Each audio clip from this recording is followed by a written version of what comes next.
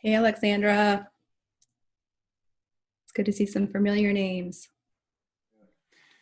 And here, I'm gonna, while we're waiting for everybody to get in, we've set up some polls to sort of see where people are at. So hopefully you can see this first poll question, um, and kind of curious at where everybody's at. Man, see, this is the type of technology, as much as we miss gathering the way that we used to gather, we could never do something like this in terms of, you know, polling an audience and kind of seeing where everybody's at. So as much as there is a lot of turmoil in our lives, there's some really cool, utilizing this technology has been quite a benefit. Really awesome. It's like we have Fairfax County in the house. Thelma Thompson. Right. Hello, Jennifer Brown. Awesome. She's awesome. Okay, great. Let's see. Okay. All right. So it looks like it's noon. So we're gonna get this started, and let me share my screen again. Well, before I do that, I'm Steve Gurney with Sourcebook, and the co-panelist today is Kate Caldwell, who's an aging life care manager in Northern Virginia. And I really want to give Kate, Kate is really good at coming up with great ideas that bring community together. In Northern Virginia, she came up with the idea for the Celebrate Centenarians event, and gathered a community together and put that together as a wonderful celebration. And if you wonder kind of how I've started all these communities and stuff like that, Kate was really the inspiration there in terms of, she called me up and was like, man, we got to rally the community together with what's coming down the road. And really encouraged me in that direction. And this meeting today, I have to say, is, again, I give Kate credit because she shared this podcast that Dr. Bill Thomas, who is definitely somebody that I idolize and have been inspired from, did recently on the future of our industry. And it really prompted us to kind of think that this is a real positive way, having conversations about what the future is going to be like and how we can respond to it and prepare for it, is a lot more, is a positive approach to one component that can be a little bit more positive than some of the challenges that we're facing on a day-to-day basis. And this is not at all to discount the challenges that we're facing. So thanks, Kate, for everything. And it's awesome to see everybody coming in to the room here. Got a lot of familiar faces there. All right, Dr. Walter Fanberg from Arbor Place, Patricia from Assisting Hands, Nancy from Elder Tree, Kate's company, Kate Bansford from Memory Bank. So just, if you're arriving, type your name in there. Again, if you don't mind sharing your email, if you want to use this as a networking opportunity, go ahead and do that as well.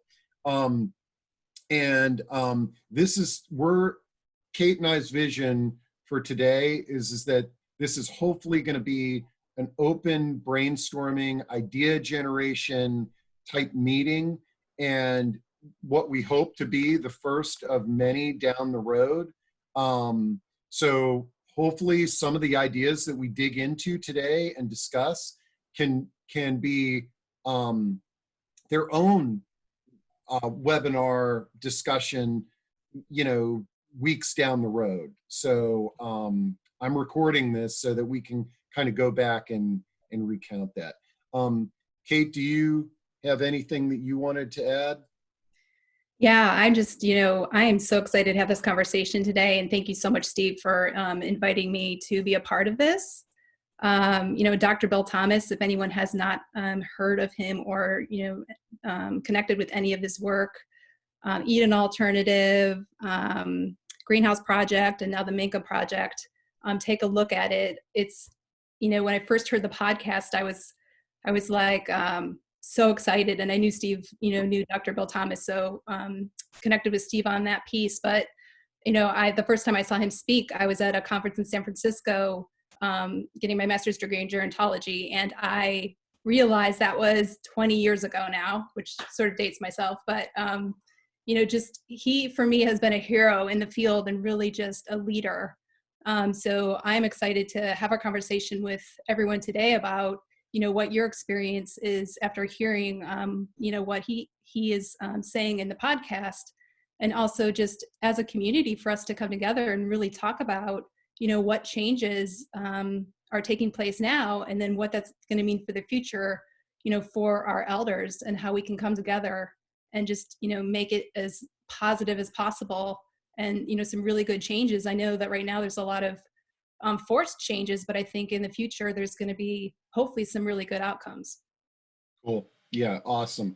And we're going to, Kate and I have a couple of points that we wanted to share in the podcast that we thought would be good discussion ideas. And we'll get into those. We put them on a slide here.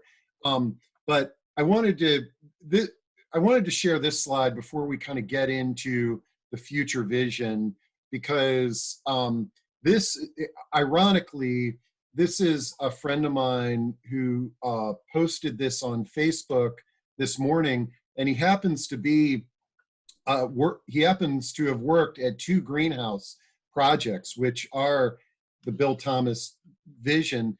His name's Nate Sweeney, and he says, what does a nursing home during COVID-19 feel like? Driving full speed in the dark. God, I'm getting choked up trying to read this. Driving full speed in the dark during a whiteout snowstorm with a toddler in the back seat who's bleeding and in pain, and out of her car seat with one headlight, and the wipers just broke, but you have to drive faster. And Nate was always, has always been really good with words and kind of explaining a situation. But I think, I'm not a frontline worker like Nate is, but I really wanted to share this with everybody, because I think it really illustrates what all the frontline workers are going through in one way or another, and what we're going through. And I don't want to discount what we're going through now, but I think we can all get excited about what the future can hold. And one of the things in the Bill Thomas, I really liked how he kind of articulated that this crisis is going to bring us together in a more meaningful way, and it's going to accelerate some of the things that we've just sort of put on the back burner as an industry. And, we're seeing some of these changes firsthand right in front of us. So these are some of the talking points that Kate and I sort of pulled out of the podcast, but we're really eager to kind of hear from you guys. Now, I hope you guys can see this poll, the first poll question that I put up there, and it's pretty interesting, the breakdown. And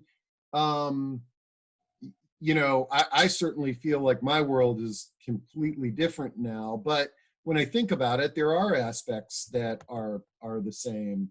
I would be curious about the the folks that said that not much has been changed, and what sort of segment they're in, and maybe that's something that we can talk about in a bit. So let's see. So I am okay. So Bruce Goodman has a question here.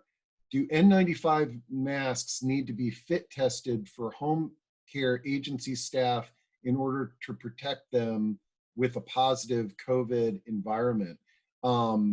That's a question that Bruce has. Guys, if you can answer any of these questions, then type it into the chat. Okay, so let's here, let me, forgive me for pausing here a bit. Okay, and Steve, I think you're making some good points about the future, but I also think that something that's really interesting that's happening right now is just how much people want to help other people. And I think we've always had just a really special aging group here, a group that works in the environment, in the field of aging. Even though some of us are competitors, still just really want to help each other. And I think, hearing that quote from someone who's working on the front lines right now really brings to the forefront, that piece of how can we support each other and how can we support all these assisted living and skilled nursing communities and the CCRCs that are hit. And I just want everyone out there to know that we want to help. We just don't know how. So if we can all brainstorm on that too.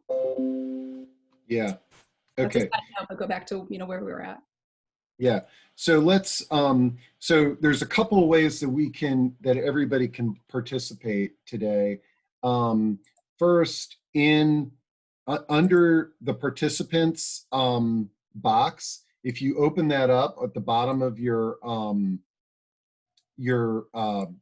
screen, you can raise your hand and we can bring you on board to make a comment or ask a question.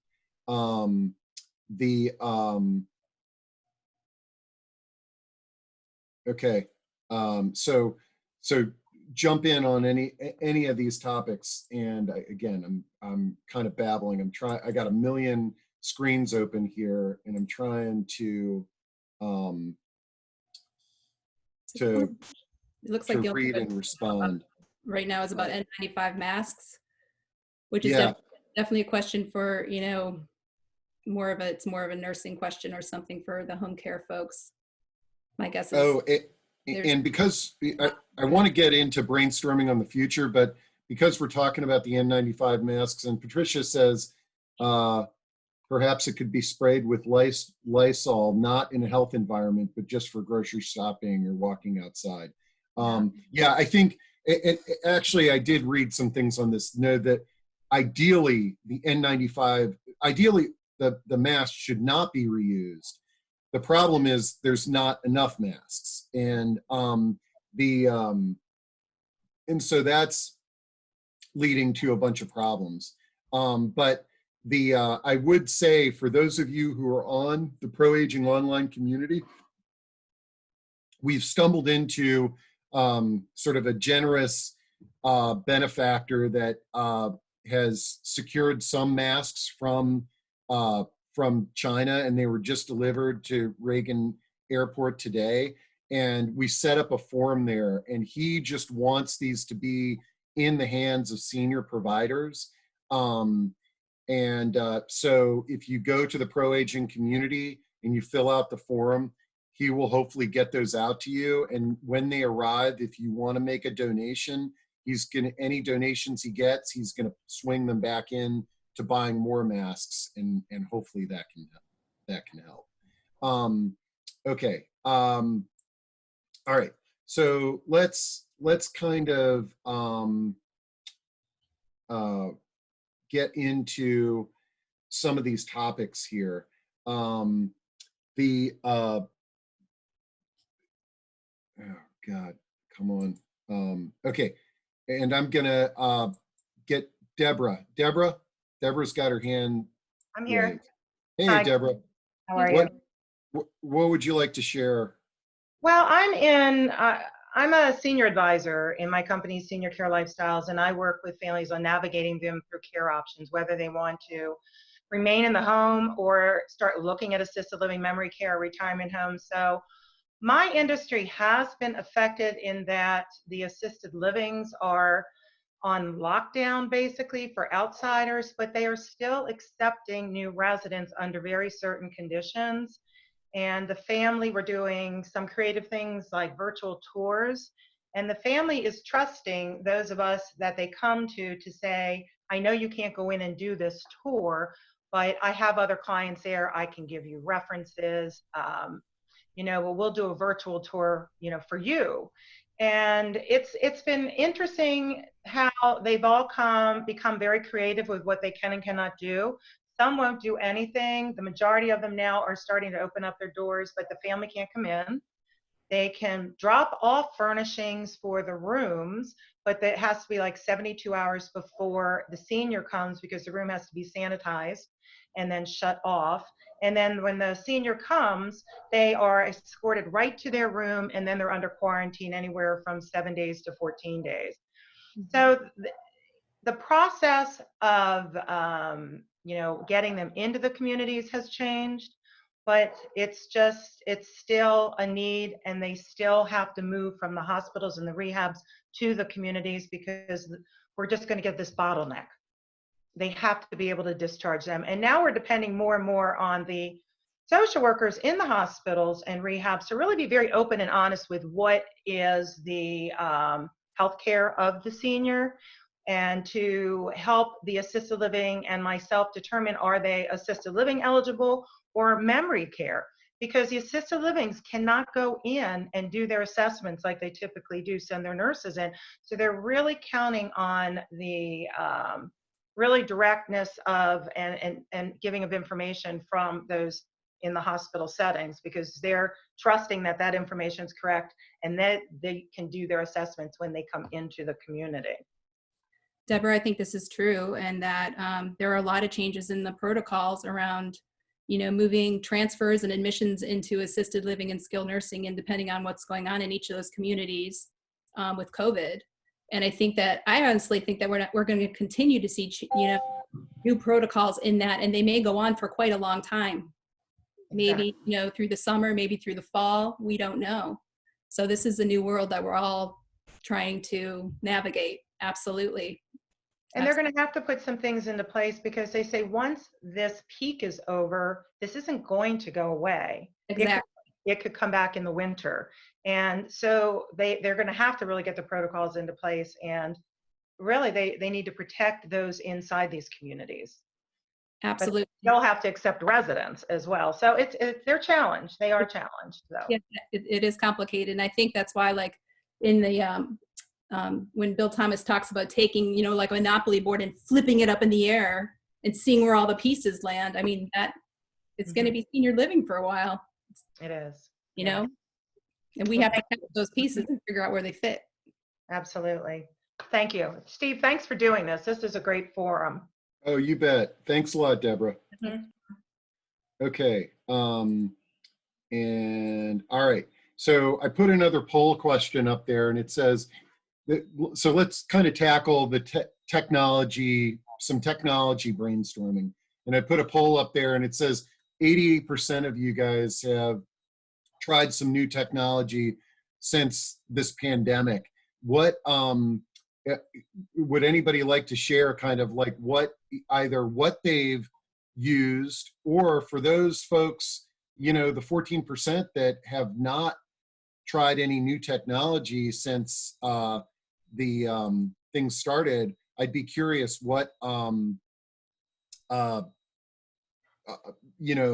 you, why? Or maybe you were fully technology savvy and utilizing all the technology in your business. But let's kind of kick this off with a discussion around technology. So here I'm going to Jamelia. Jamelia? Hi, how are you? Hey, Good good. morning. Morning. Yeah. Yes. I'm with Maryland Consumer Rights Coalition. So what we've been using is telephone. And we are also in the process of doing like a phone town hall with our seniors. We service a lot of individuals that are low income, and they also are limited in internet and access, and also they're limited in technology. So we're using that as a resource to communicate more with our older population. Oh, yeah. I mean, one of the things that, and I was just talking with somebody this morning is that who was sort of the old-fashioned telephone is not a bad piece of technology that we've sort of gotten away from. And it's a great way for us to kind of check in. And I've talked to, I was talking to somebody this morning who was like, I can't get on Zoom. And I was like, well, you can dial in and you can listen. But, and, many of the states have senior call check now, which is a phone sort of check-in system. So, no, that's great. Now, Jamelia, what does your organization specifically do? So our organization, we have SOAR, which stands for Securing Older Adults with Resources in the Community. So we actually help seniors apply for renters tax credit, homeowners tax credit. We also do earned benefit checkups with them, meaning that we will apply for food stamps, free telephone, Medicare, extra help, needy meds, drugs discount, any services that can assist our older adults financially to remain in the home. And that can also be helpful with them when it comes to financial costs. Okay, that's great. All right, thank you for sharing. And here I'm gonna, we got Dr.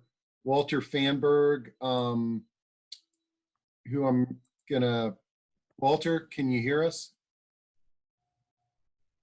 Walter? Okay, I've just unmuted myself. I assume you can hear me now. Yep, we got you. Yeah, and Dr. Phamberg is the founder of one of the first memory care assisted livings in the country in Montgomery County. But Dr. Phamberg, on any of these topics, tell us kind of what you're doing, but also kind of what you're seeing for the future in the way that things are gonna be when we get out of this this crisis, or start to get out of this crisis. So I've personally been using technology at our place probably for over 15 years now. Excuse me. And the way we've used it is throughout the facility, we've had cameras, closed circuit TV, that with monitors in full display within the facility, 4 large monitors. The monitors permit us and our staff to see into the bedrooms, literally. We can talk about invasion of privacy issues if you wish, but we've been doing this for 15 years. So the staff can both view what's going on in the bedrooms, and we remotely can view what's going on with our staff. The reason we've been able to do this is we've gotten permission from the family or power of attorneys and from the staff to be viewed at all times. This has been very helpful. Now, I thought I knew a lot about technology, and when we started, we eliminated all visitors from our place a couple of weeks ago. I thought the best way to have the residents communicate with their families was to set up a large TV screen in one room, and that they would Skype to their families at home. We found that was too cumbersome, so now we've turned to iPads. We've got a number of iPads, and frequently the residents, with the help of the staff, are communicating with the family members on a daily basis. That's been very helpful. So I think the use of closed circuit TV is important. I think in the future, there are things coming down the pike using artificial intelligence. There's a company called Cherry Homes, which has been toying with the idea of following the behavior of people, particularly at home, but I thought it would be particularly useful in facilities. One of the things you're trying to avoid in a facility are people falling out of bed, and you'd like to know that they're about to fall out of bed. You can do that with artificial intelligence. You probably can also do it with security cameras that are set up for zones within the field of vision. So when somebody's leg is beginning to get out of the bed, you could see that and trigger an alarm. That's where it's going to go in the future. We could talk more about that if you wish. I wanted to make one comment on what was just spoken to by one of the participants in terms of virtual tours. At this point in time, we were fortunate enough to fully test all of our staff and all of our residents. Everybody turned out to be negative on the nasopharyngeal swab test. So now we are free of the virus as best you can tell, although obviously there could be some false negatives. We have a reasonable sense of security today. What we've been trying to do, and thus far have not been able to bring it about, is have staff who will live at Arbor Place 24 hours a day, 7 days a week. If we could get a core staff, enough people to sign up to do that, that would be the ideal. We've even looked into renting a trailer so that people could have other places to sleep other than within the facility itself, which is a 16-bed facility. We'd like to bring about the ideals. Thus far, we haven't got enough staff people who are willing to spend 24/7 within our facility. But frankly, we're scared to death. I'm terrified that we'll bring in a person who is COVID positive and we don't know about it. The idea of bringing somebody in for a period of time and having them quarantined, that doesn't work too well, even though we're 16 separate bedrooms. I think, frankly, I would wait until there's the blood test that will determine whether the person has been exposed and perhaps has already developed some immunity. That we have to really scope that one out. As we're not letting any visitors and the doctors and nurses, consulting doctors and nurses, are also just telemedicine, we're at a disadvantage. We can certainly show them on our iPad, the resident, and try to get a diagnosis and get some input. But that's a real hurdle. Yeah, that's what we're faced with.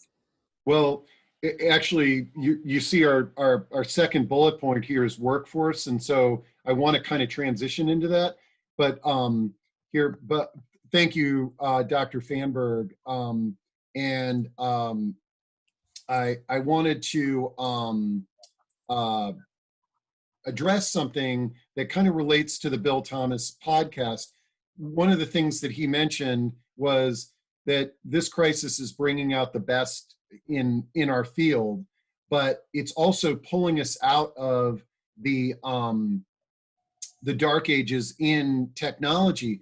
But as Dr. Phamberg was talking, what he was talking about, his families are now actually seeing the residents on a daily basis. Okay, we all know that was not happening before this crisis. Okay, that even though we had the ability to use FaceTime and Zoom and all of these and iPads, probably your typical family is, popping by and saying hi to mom and talking on the telephone.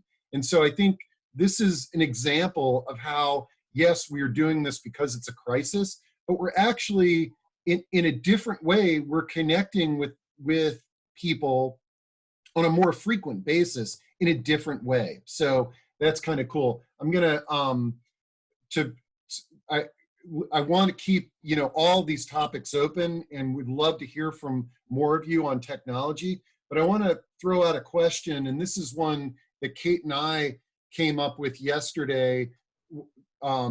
Again, it's based on, some of the things Bill Thomas was talking about. Is, do you think that it's possible that direct care staff could just work for one family in one community? This is really addressing what Dr. Pham was talking about. And Dr. Pham, I've got you, whoops. Can you hear? I can hear, yes. Yeah.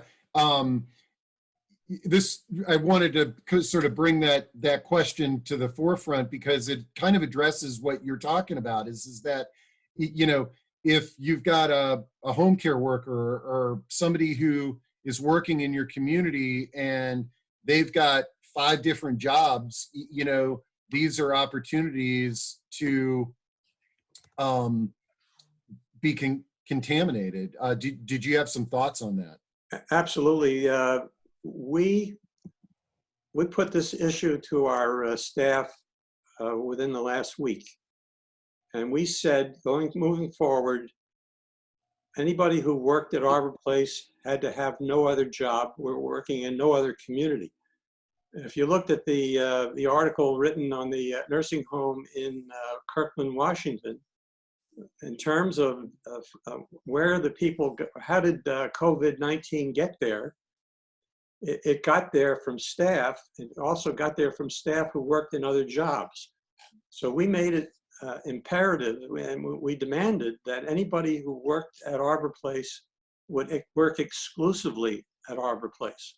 So some people were able to do that. Some people were reluctant and did not want to give up a second job that they felt was secure. And so we had to let some very good people go out on furlough from our facility. One person who was excellent was working at a Panera's. Panera's closed. That was an easy call for her. But anybody who's working at Arbor Place currently only works at Arbor Place. And again, we're in a fortunate position of at least believing everybody there at Arbor Place is currently COVID negative. But to bring in a staff person who's working in another facility is to bring in a time bomb, and we're not permitting that. Yeah. Well, and you bring up an element that Bill Thomas brought up about the restaurant industry. The opportunity out there for us as employers to kind of tap into, at this point in time, to tap into this workforce that's currently unemployed, and bring them over to senior living. But I think one of the things that Dr. Pham, that you bring up, and I know we're all dealing with, is that we hear in our field, is that the pay is not adequate for people to, in a lot of our settings, is not adequate for a provider, for an individual to be able to make a living exclusively with one client, one agency, or one facility. And so I'm hoping, that perhaps through these sessions that we can begin brainstorming and sharing solutions that can help people with solutions to make more money.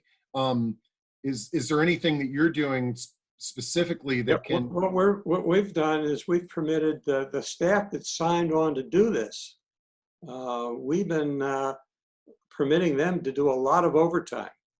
So they're getting their base wage, plus they're getting time and a half, and they're getting a lot of time and a half.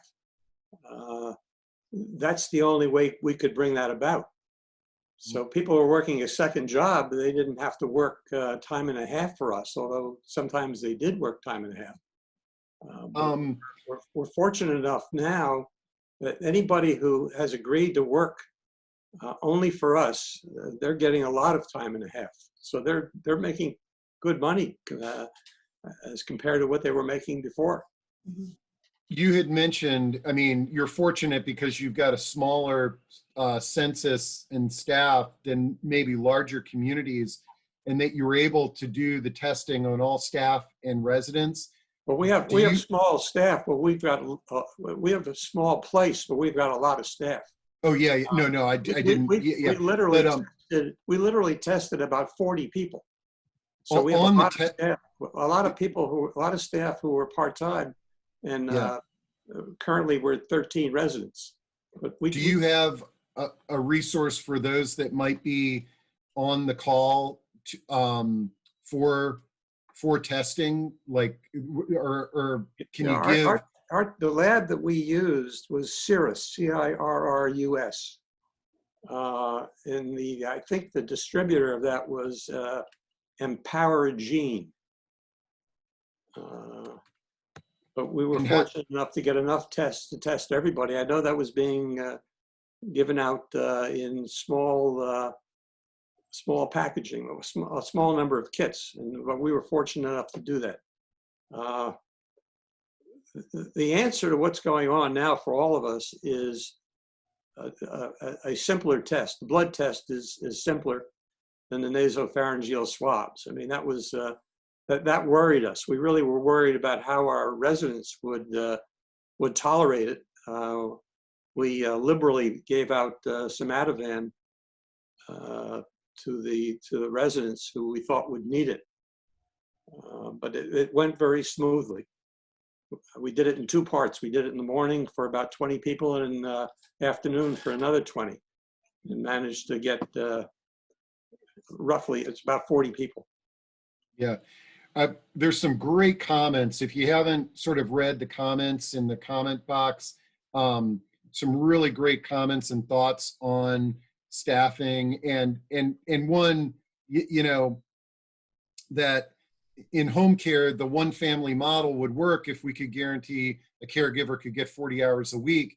You know, one of the things, and again, part of this session is imagining the future, but one of the trends that has increased is home sharing with older adults. And so, you know, perhaps down the road with some of the home care providers, that there could be some ways that that clients can share homes to enable costs to go down for the families and caregiver wages to go up.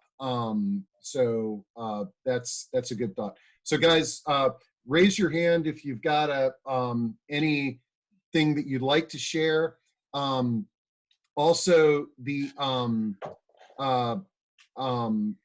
okay, we got Patricia. Patricia. Hey, everybody. Good to hear your voices and hear this fantastic discussion. Yeah, the future looks really different in my world, since, you know, I've been not able to get out to see all the folks that I need to see. But people are really kind. Well, and Patricia, what company are you with? Assisting Hands Home Care. Thanks, okay. Steve. You always do that for me. I appreciate it. Yeah. And I believe that your primary role is community outreach, correct? Correct. That's exactly right. You're bound to be a blog person, podcaster soon. Anyway, I just wanted to share real quick that you know, I've been running these live death cafes for 5 months now through the Pump House Village in Rockville, Maryland. And death cafes deal with issues around death and dying. And it has become very apparent that we need to start a Zoom death cafe. So I've got the first one launched for April 21st. And I'm inviting all of you to join us. Just, you know, email or text me if you want to be on the invite. But I think it's really important not to be Eeyore about this, but to be real. And a lot of families are struggling with, you know, natural deaths occurring from non-C19, and they can't bury their family, and they can't, you know, all sorts of rituals are just unraveling. And it's a part of this that I think also for the future we really need to think about. And you know, we don't offer answers, solutions. We offer resources for more answers, But Death Cafe is really just an opportunity to chat openly without discussing politics or religion. And I'm happy to see that Zoom is going to afford us that chance to do that. So, well, you're bringing up two topics that I'd like to get audience feedback on. So okay. The first is, you brought up Zoom, and Deborah had mentioned in one of the comments that she just learned Google Duo in its place. The conversation, there's a lot of news out there about security and Zoom and things like that. And I'm confident that the company is addressing these. However, there's a lot of folks that they're scared and anxious about getting on a Zoom platform because of everything that's going on. And so in the comments, if any of you have found other platforms that you find helpful, by all means, share those in the comments. I'll be able to email out the comments to everybody after this so that we've got those resources. But here's something, again, going back to the Bill Thomas podcast that you mentioned on death and dying and remembering our loved ones and what have you. And the interesting thing is, and this is, I mean, again, there is nothing that can replace, you know, hugging our loved ones and getting together face to face. However, one of the things that I know is that in the past, if somebody had a memorial service and a loved one couldn't make it there, there was no alternative. That there was a lot of grief and agony that, you know, for whatever, my travel schedule, I can't be there to remember my aunt. And what one positive aspect of this is that as we move back into the world the way it used to be, and we begin to have live memorials and things of that nature, because we're utilizing this technology, everybody's going to have the option to be there at that memorial, whether they can get in a plane or drive in their car. And that to me is exciting. And that's really, you know, that topic right there, as far as I'm concerned, is sort of worth us getting together to talk about the future today, because I think it gives us encouragement about what we're doing in this crisis that's going to make things better in the future. So anyways, thanks, Steve. Yeah, thanks, Patricia. And let's see. Okay. All right. So feel free to raise your hand if you want to jump in. Keep on jamming in the chat. And it's interesting to see we're like at 50-50 when it comes to thinking about you know, one staff, one company, one family. I'm gonna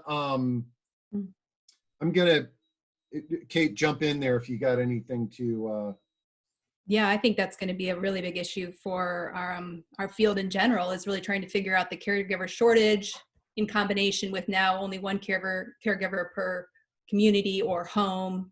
So there's going to be a lot of creative work, I think, done around that. And I also just wanted to mention, I put it in the chat, but there's a website called the gerontechnologist.com, and it's really cool because you can go there and there's all different types of technology in like a map, and you can click on it. So basically there's technology for assisted living, for wellness, for health, for independence, and you can click on the different types of technology that exist. So I thought it was a pretty cool thing where you can find, you know, things that you've never heard of, quite frankly, and some things that you do know of. So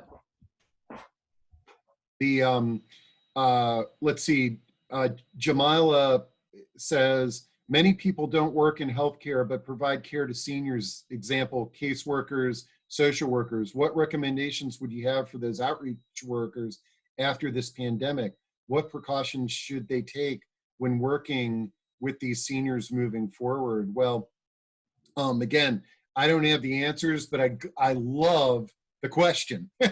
and that's, I think the point is us giving us the opportunity to collaborate and try to answer these questions, but sharing the solutions, because the way that one social worker solves that problem might be a little bit different than another, but if at least we're in forums like this where we're sharing resources and ideas, that's what's super exciting. So because we're kind of getting close to the 1 o'clock hour, I wanted to address one of the other bullet points that we have on here.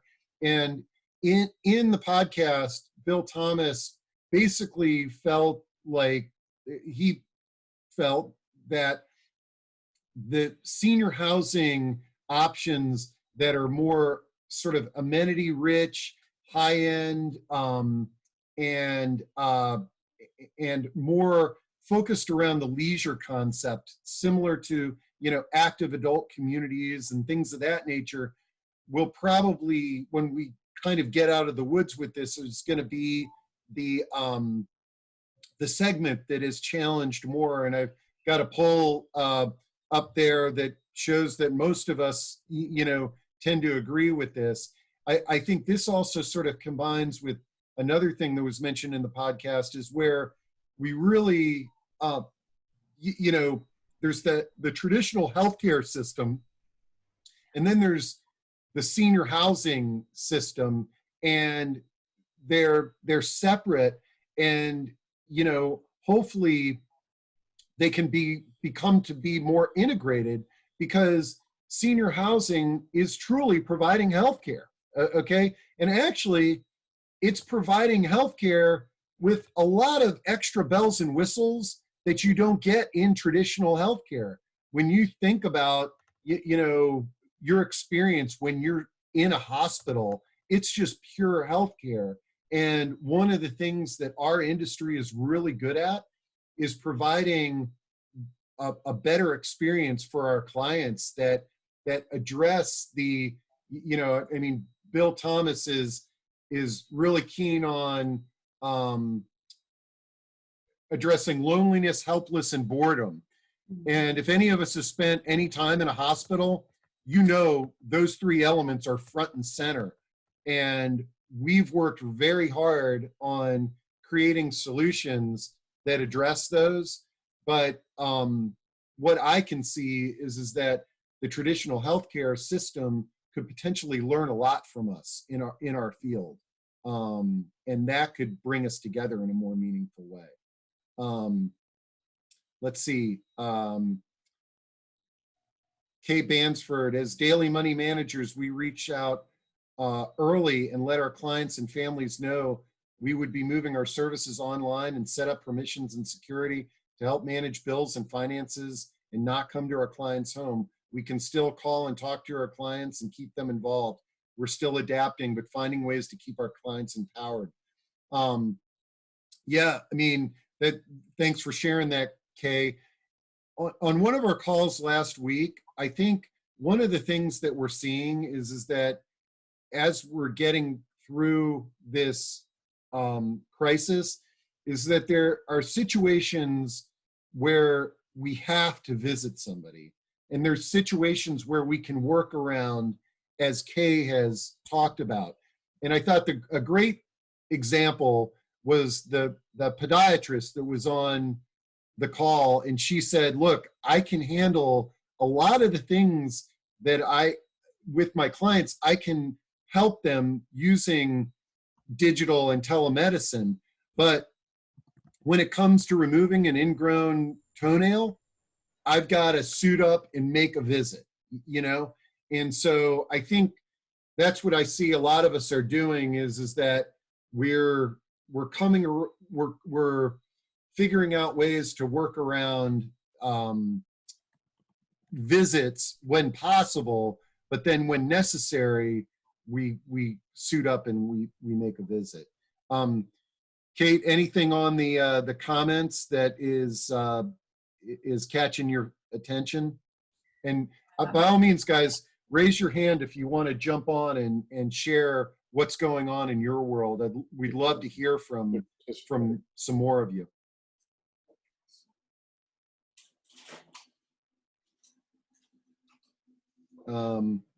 Let's see. Chris Covell says, has anyone tried this approach to engage, oh wait, I missed Chris's first comment there. Man, these are great comments, guys. Incredible. So, all right, well, okay, let's, I know we're getting close to the top of the hour. Nobody's raising their hand, and I want to be sensitive to everybody's time. I feel like we've opened the door on a lot of topics and sort of a new way of thinking. Oh, Chris, good. I'm glad. Here, Chris, Hey. share with us what you typed in there. Hey, can you hear me okay? Yep. Excellent. Okay. And I'm sorry. explain, Yeah. first off, introduce who you are. I love Chris's service and what she's doing. Oh, thanks, Steve. My name's Chris Caldwell. My company is Brain Engaging Enterprises. So I do entertaining programs for seniors prior to this physically in the various communities. But now I'm looking at ways to help out virtually, certainly, and learning a lot about tech. And one of the things that I try to help activity staff and senior serving providers is to how do we connect and communicate using the rules of engagement found in comedy. So it's kind of an interesting look at things, but one thing that I was really excited about in looking at technology is something that NCAP, which is the Activity Professionals Certification Council, they suggested a way to really combat some of this loneliness and isolation, especially for those folks who are not techno-savvy, is to broadcast activities from one central location, an activity office, say, to then go into everyone's television sets in their rooms, because you know, a lot of the seniors are now sequestered to their rooms. So they know how to turn on the TV. How do we create a channel for them that is a dedicated activity channel? Mm-hmm. So I wanted to see if anybody has tried that in their communities and if they've had any roadblocks, because I've put together, based on NCAP's guidance with what they've tried, I've put together kind of a step-by-step checklist or a guide that can be printed out so that places can set up this process. Oh, that's awesome. Anybody tried that? Good idea. Yeah. So make sure that you throw that in the comments or raise your hand if you've been able to utilize the televisions in your community. If you're based in a community to sort of conduct activities, yeah, that's kind of a no-brainer. But of course, because it's a no-brainer, it's probably way more difficult than any of us can imagine. Well, and you know, yeah, I'm learning, you know, a lot about tech that I hadn't before. I've never used Zoom before all this started, and in looking at how does this work, it's a lot simpler than I would have thought. And so I just wanted to see if people have heard of it, if they've tried it. If they haven't, I'd love to connect with them and see how I might be able to help them kind of walk through the process, because again, it's not hard technologically speaking for the seniors to turn on the TV. They know how to do that, but a lot of the frustration is how do we connect with them and using technology? Well, let's look at what they already know, you know, and how we can use that better to connect with them. That's a great idea. I must imagine there must be one of the larger assisted livings doing something like that. You know, like when you're in your hotel room and you turn it on and you see the activities, I know they're doing that. Exactly. Yeah. So a lot of the larger places do have a dedicated channel to say, hey, here's our activity schedule for the month or the week or what have you. So since that's obviously not something that can be used the way that it was used before, that particular channel can be used as a dedicated kind of broadcast channel for those activities. No, this is great, Chris. Let's see. Okay, well, thanks. And let's see, it looks like we got Susan Rannick raising your hand. Susan? Susan, ironic, isn't it ironic? Steve, you know that. I'm just thinking with regard to this closed circuit, what about Link Senior? Because they've got so many people connected and it's an in-house thing. wouldn't maybe they have a product and they would be ready to go since they're already on site and they're Yeah. local. Well, what I'd like to do maybe next week is kind of dive into the technology a little bit deeper with this What's Next call. And I know locally, we've got some amazing technology companies, Link Senior, we've got INF Robotics. There's a handful of companies that are local, and maybe using the folks from those companies as kind of like a panel to lead us through a panel discussion. It could be a really good next step to this brainstorming meeting is kind of for us to kind of share the tech that we're using, to hear some tech pioneers that are out there. That could be really, really good. So thanks for suggesting that. Oh, and Kate, what is the what's the website that The Gern Technologist. GERON Technologist.com. Okay, great.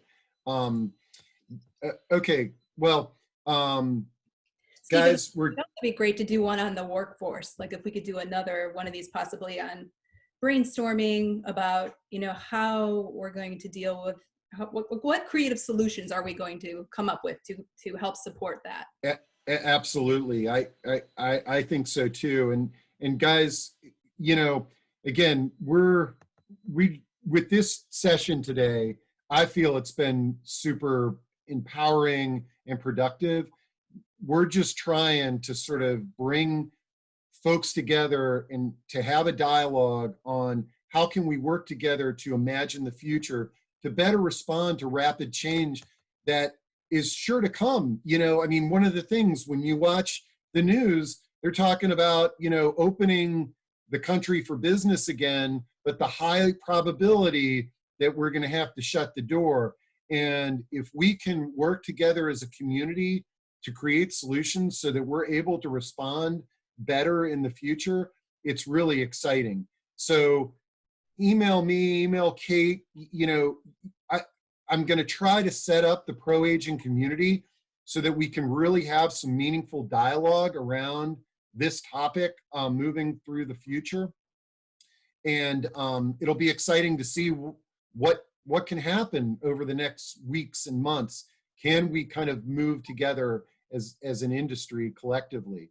So I recorded this. I'll share the video with everybody, and I'm able to save the comments as well, so I'll send those out as soon as they're available. I think we're kind of getting to the end here, and I thank everybody who participated in the comments and raised their hands. Let's keep this going. Let's keep this energy going. Spread the word about this group, because the more people we bring together, the better. And Kate, you got anything that you want to add? Absolutely. I'm just so thankful that we had so many people jump on, and I think we have an amazing senior care community, and we can really help each other and we can help seniors. So, stay safe out there, but let's do this thing and help our elders. Okay. Awesome, guys. Well, I'm going to end the meeting, and we will see you guys on the next one. Okay. Thank you. Good weekend, guys. You bet.